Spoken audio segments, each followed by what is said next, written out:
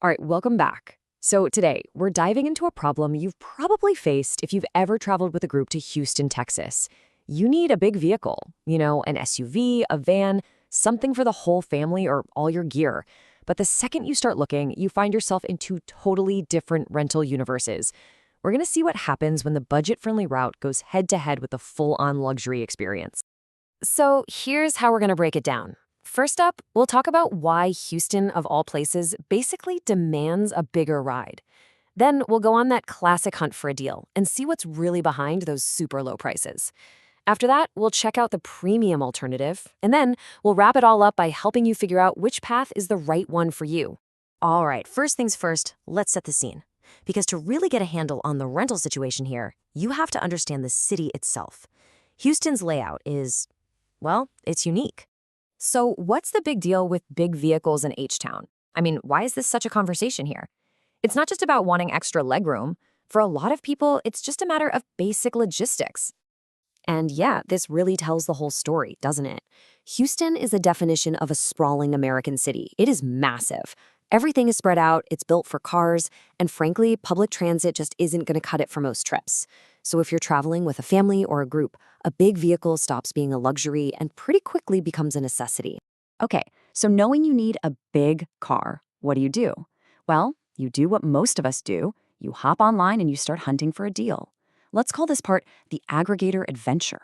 You hit a site like Kayak or Momondo, and bam, you're hit with this wall of names you recognize, and right away you see some really promising signs, right? Enterprise and Avis have wonderful ratings. The options seem totally endless. But then, as you keep scrolling, you see those ratings start to drop, all the way down to poor. And that huge range right there, that's our first clue that this budget path can be a real roll of the dice. But oh, those prices, they look so good. On average, you're looking at about $92 a day for a 7-passenger van. I mean, for that much space, that sounds like an absolute steal. In fact, if you get a little lucky with your timing, you might even see a deal pop up for as low as $57 a day. At that point, you're probably thinking, done, book it. But hold on a second. What are you actually getting for $57? And this is the part where we have to peel back the curtain. We got to look past that shiny price tag and see what people are really experiencing on the ground. Because the reality can be, well, a whole lot messier. Just look at this review. It's not just one thing going wrong. It's a total cascade of problems. The car you booked? Not even there. Then you get hit with a fake fee. And to top it all off, you feel like you're being lied to. It's that perfect storm of rental nightmares, and honestly, it often comes from a business model that's all about volume, where the online promises just can't keep up with the on-the-ground reality. And this isn't some isolated incident. This review for budget points to another huge risk, the actual condition of the car. Can you imagine picking up your van, seeing that the tires are literally unsafe, and then having to drive all the way across the city just to get a replacement that's also damaged and dirty? It's just a terrible way to start a trip. And this one from Dollar really shows you the human cost. Your flight gets delayed, something totally out of your control, and the response you get isn't just unhelpful, it's nothing. They were literally left on the street to figure it out on their own. This is the gamble you take on the budget path. Okay, so if that's the gamble of one path, what's the alternative? Let's totally switch gears and explore the other side of the coin.